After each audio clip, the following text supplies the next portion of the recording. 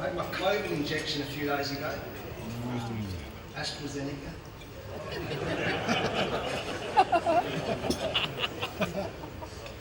And we all have to have it. It makes you feel pretty crook.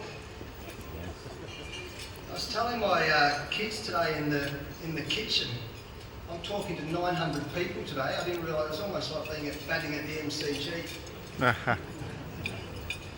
And about 4 o'clock I'm saying, I need some vitamin C, I need some Panadol, throat's killing me, having to talk to all these people, feeling sorry for myself.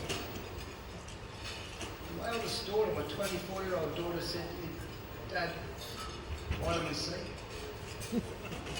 Panadol, how about some cement? I got 3 of those. My daughter's an events manager. And she said, you're kidding yourself, mate. You're meant to be the tough guy and you've got a little sore throat. So that's where I get my grounding from. I get my grounding from my kids. Right, kids. You see I'm not sure if anyone watched that test documentary. It came right in the middle of COVID last year. That's when it was launched. And 5 or 6 million people around the world watched it. Amazing, and that's what I took from it.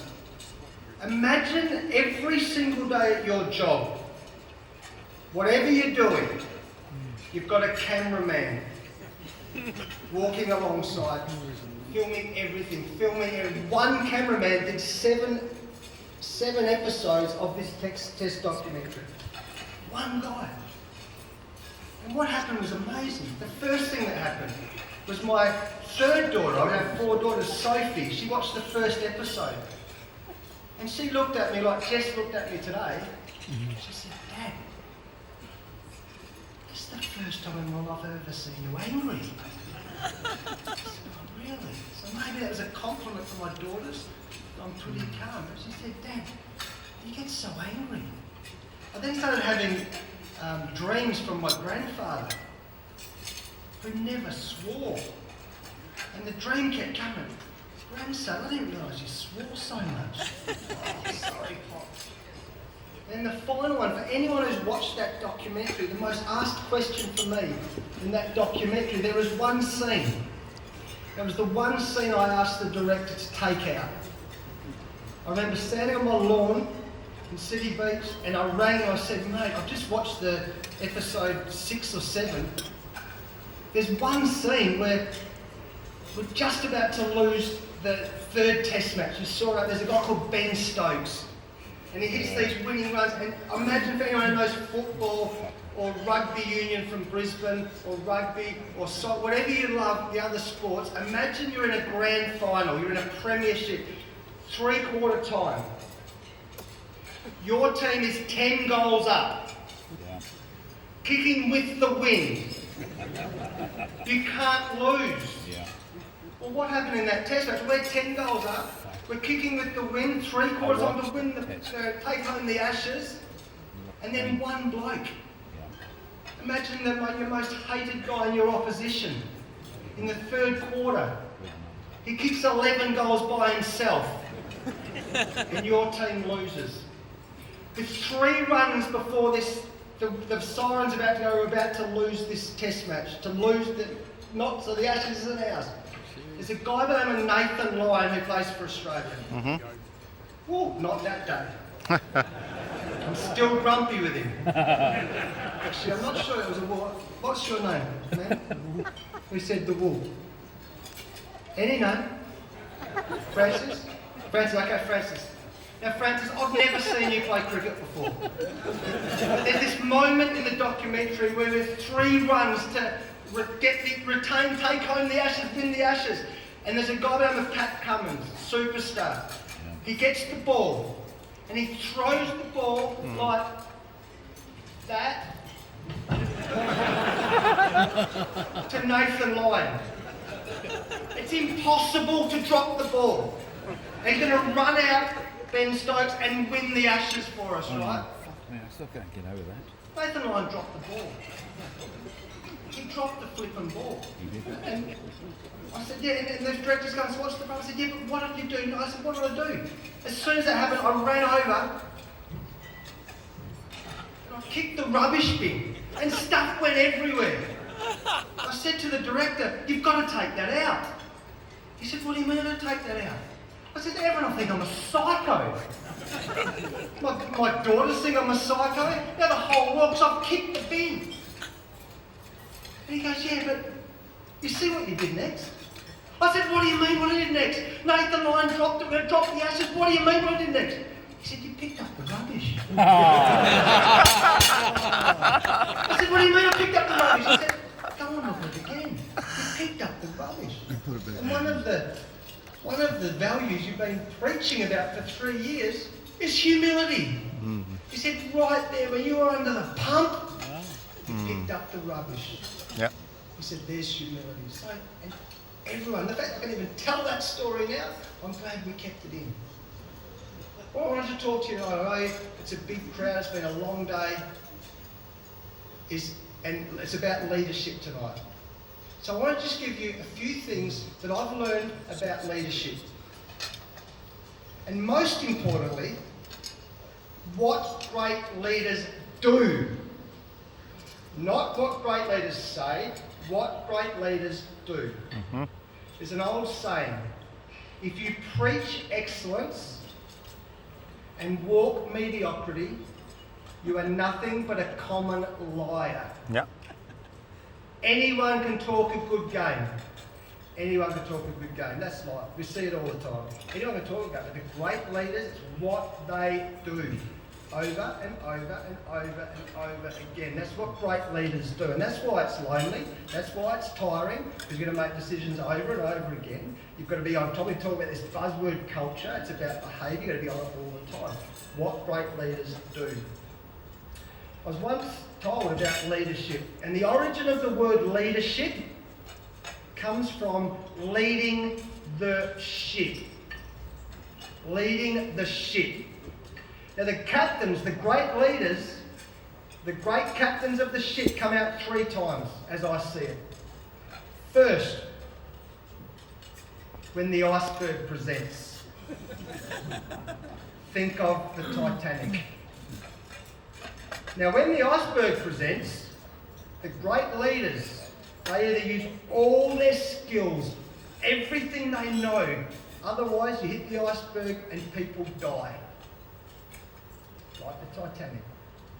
And that's the greatest pressure a leader can be under, when the iceberg presents. In our case, the iceberg presented in Australian cricket when one of our young West Australian boys, one of our Australians, took sandpaper onto the cricket field. That was our iceberg.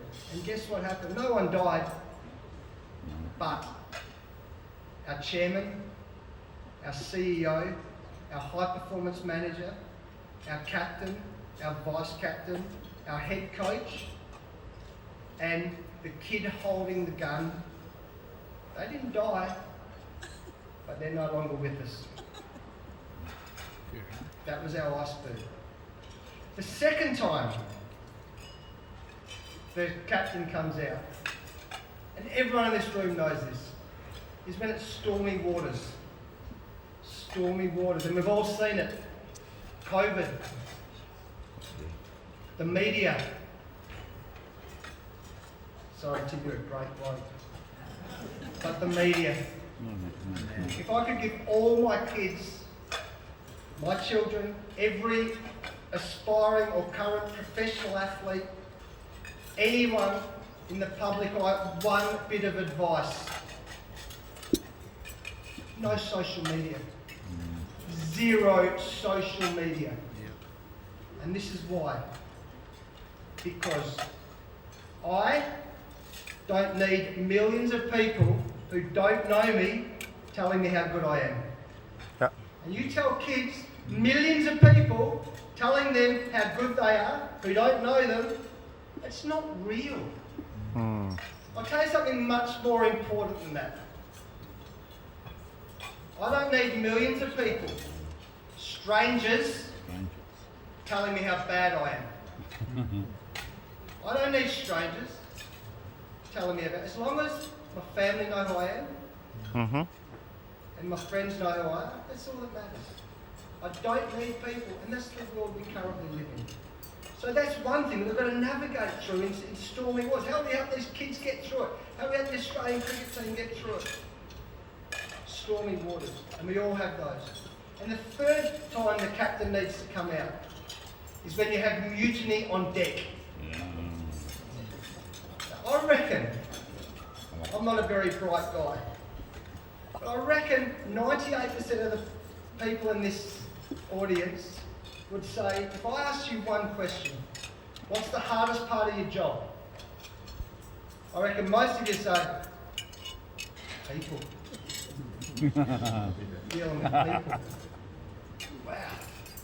It doesn't matter what business you're in, dealing with people is the hardest part of the job. So knowing that I'll talk about that in a second, but what do the great leaders do when those pressure situations come out? This is what I've learned. Number one, great leaders know what they stand for. They know what they don't compromise on, and they know what they stand for, and they don't compromise. In our case, we hit the iceberg, we were cheats, we were rock bottom in Australian cricket because we went against the fabric of what we understand about being Australian. We cheated. Yeah. Still can't believe it. So what do? I've said these three words nearly every day for 3 years. Our job now is to make Australians proud. Make Australians. I don't talk about we win or we lose. No, it's much bigger than that. Because Australians couldn't care less if we win, if we carry on like a bunch of knobs, and we cheat, and we're not good people. Australians don't care about that. Of course we all want to win. I want to see West Coast Eagles win every game. But it doesn't happen. Australians want to see us compete. They want us to be great people. So make Australians proud. I say to our players, if I ask you one question every day, if you go to bed every day and make Australians proud, which includes your parents, your grandparents, your mates, and the broader Australian community, if you think of nothing else but making Australians proud, you'll be okay, on and off the cricket field. The second thing that we stood for, and it's easy to talk about it, is we encourage great people and great cricketers. In that order. Great cricketers, or great people, and great cricketers. In that order. Because that's what Australians want to see. So we talked about that, and we talked about simply, every business would have it, we talked about our values and our behaviours. And we had 5 of them, very simple. One was honesty. And not only honest with each other, it's often honest, it's easy to be honest with someone else. To yourself. It's also important to be meticulously honest with yourself. And that's a greater challenge than thinking you can be honest with someone else. Being honest with yourself. It's a great challenge, but it makes a difference in forming a great team. Yeah. The second thing we talked about was professionalism. Everyone in this room, and congratulations to the award winners tonight, Gecko, BHP so far. You have great skill, and there's no one who's great at anything without being professional and not ticking every single box. So professionalism and work ethic are crucial to any champion. I've never met a champion team, business, person who hasn't got a great work ethic and isn't very professional at what they do. The third thing is mateship. I always think the camaraderie within the group is what the glue that keeps everything together when the pressure comes on. And when I spoke to Christine the other day, I remember her saying, the thing I remember is that we just can't wait to get together. We haven't seen each other, can't wait. And this camaraderie within the group, when pressure comes on, is the glue that keeps things together. So mateship. We took the boys to Gallipoli, we took the boys to the Western Front on our last 2 trips to England. And the common thread of our diggers was their mateship. It's a common thread of being Australian. So it's something we pride ourselves on in the team. The fourth thing is learning. Ever since I went to the Australian cricket team with a guy named Alan Border, who was tough, I'm sure there's some tough blokes and tough women in this room. Alan Border, my God, he was tough. But from him when I was 22 years old right through to now, we have this theme through Australian cricket which says, if you wake up every day looking to get better, we can get better. Learning, having a curious mind, always looking to improve. I've had it, it's in the fabric of everything I know about Australian cricket. Those values, those behaviours are what we try and set our foundation on. And hopefully, in the end of the day, if we win more games than we lose, and we win the Ashes this summer, we win the World Cup in October, they're really important. But as long as we keep making Australians proud and making heroes for your kids, then it's much more important than just winning and losing. The last thing I want to say about what great leaders do. I want to give you 2 stories before I move on. I want to tell you about an ex-captain of mine. His name was Steve Waugh. Like Alan Border, he was tough. And like a lot of great leaders I know, he doesn't say much. But when he did, you listened. If Steve Waugh was sitting in that chair now and he started heckling me and he said, "Hey, Lang, run through the brick wall," I'd run as hard as I could. I would run through the brick wall for Steve Waugh right now. Not because I'm an idiot. But the great captain Steve Waugh, he would not ask me to run through the brick wall unless 1, he would run through it himself. And 2, unless he thought I could get through it. That's the wisdom and the courage and the power of great leaders. And great leaders often do little things. In 1998, the great leader Steve Waugh, who I admire, I respect, I love, he pulled me aside at breakfast. And I was one of those guys who was always the first dropped, the last picked. I wasn't a very good player, but I was always on the edge. Steve Waugh pulled me aside at the Grand Chancellor Hotel in Hobart. He said, "Lane, come here." I said, "Oh, what is it? What is it, Captain? What is it, Tug?" He goes, "Lane, I don't want you to read any more of this press. I don't want you to watch the TV. I don't want you to listen to the radio. I don't want you to read the papers. You're the best number 3 batsman in Australia. Yep. Show us what you've got." Yep. He said, "I'm the captain. I want you in the team. Your teammates want you in the team. The selectors want you in the team. We want you in the team. Show us what you've got." I'm feeling like bloody Superman. Because Steve Waugh doesn't talk and he doesn't give out compliments very often. So I'm feeling like bloody Superman. I'm walking down to Bellreeve Oval at Hobart, feeling good. About 4 hours later, I'm walking back from training.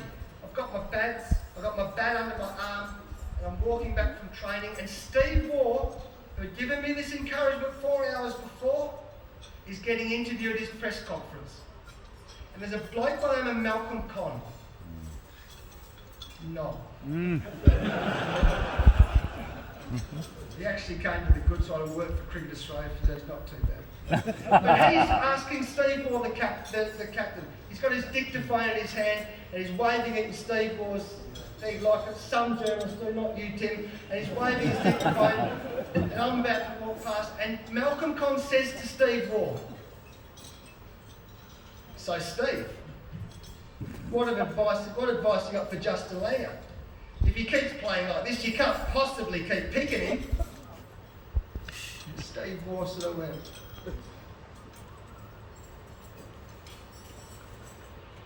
"Yeah, I've got some advice for Justin Langer, Malcolm. Stop reading your shit." Very good. So not only is the great captain backing me privately, but he's also backing me publicly. Awesome. Awesome. Small moments, they change a person's life, and that's what leadership. great leaders do. Yeah, that is what they do. The end of that story is the greatest Test innings I ever played in Test cricket with my great friend Adam Gilchrist was 5 days after that. And when I walked in after that innings, Steve Waugh looked like the proud dad, the proud grandfather. Oh, I felt like melting. Great leaders, what they do is they make people feel special. Yeah. I'll finish with this, about great leaders making people feel special. My grandfather, who came to me in his dreams, I swore too much in the Test documentary. When my grandmother died, so Pop lived in 25 Douglas Street, Wembley. He had 8 children, of which my mum was the eldest daughter. 2.5 bedroom house. Worked for the tax office all his life. Gentleman, humble man, never swore once. When my nana died, all the family put in, and they got him an air ticket. He'd never been on an aeroplane before. No. And he flew to the Sydney cricket ground to watch his grandson play Test cricket. He can't believe it. He comes, and just in front of the SCG there, where anyone who follows cricket, you've got that little bit where the players sit, and I got my pop to sit just in the 2 seats in front with his mate Ron, his pen pal from the war.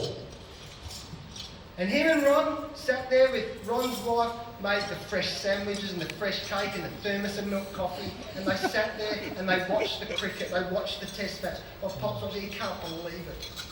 He's on the plane for the SCG, he's watching his son. This is like, oh, this is heaven. After the Test match, I say to my pop, hey Pop, you want to come in the change room and meet some of the boys? What do you mean? I said, well, come in the change room and meet some of the boys. My pop can't believe it. He walks into the SCG change room. He's drinking his 1 Crown Lager. He didn't have 2 Crown Lagers, or half a Crown Lager, or 3. He had 1 Crown Lager. He's sitting, and this is like the best Crown Lager he's ever drank in his life. He's sitting there, and his eyes, he's like open up, and I'm introducing him to Warning, Glenn McGrath, and my pop's just going, oh, I can't believe this is happening. There's a knock on the door. In walks the Prime Minister, Mr. John Howard. He walks into the... John Howard is a cricket tragic. Yeah, he's a shocker. He walks in, and my pop's like... Only redeeming feature. In the same room as the Prime Minister. He can't believe this. So then Mr. Howard walks over to me, shakes my hand. Well, I'm getting another duck, Justin. Thanks very much, Mr. Prime Minister. I then say to John Howard, said, Mr. Howard, I'd really like you to meet my grandfather, Alan Townsend. Oh, I'm very pleased to meet you, Prime Minister. So, you know, for the next year, my pop goes to the bowls club.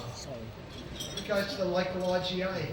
He goes to the local petrol station. Yeah. He tells everyone he's met the Prime Minister. He's a legend in Wembley, right? He's a legend now in the village he lives in. He's a legend. That's not the story. 6 years later, I'm retiring from Test cricket. My pop's come for 6 years in a row. The family's all put in. He loves it. The favourite week of the year. Sits there again with Ron. They drink the thing. After the Test match, we've just beaten England 5-0. I'm praying it happens again this year. It will. 5-0 comes in. It's a bit bittersweet for Pop because the last time he's going to see his grandson play cricket at the SCG. Like every year, Pop going to come in the change room. I'd love to. I'll come and see me all mates. Come and see Warnie again. Come and see Hunter. In you come, Pop. This time, he's got my baggy green cap on his head. He's got his 1 Crown Lager. Guess who walks in the change room? Oh, fuck that. John Howard. Oh, 6 years later. He walks over to me. Justin, well done in your career. Really proud of you. 5-0. Could go a better way. You retired with Shane. You retired with Glenn McGrath. Well done. Thank you. He then turns to my grandfather. He looks at my grandfather and he says, Alan, it's very nice to see you again. He remembered my pop's name. Now, ladies and gentlemen, I'm not sure who my pop used to vote for. I'll tell you who he voted for after that. And I'll tell you who I voted for after that because he made my pop feel special. Mm-hmm. Great leaders know what they stand for. Yep. They walk the talk and they make people feel special because we all say it. The toughest part of our job is our people. And you care for them and you make them feel special. It's amazing what can be achieved. Thanks very much and good luck to them. Awesome.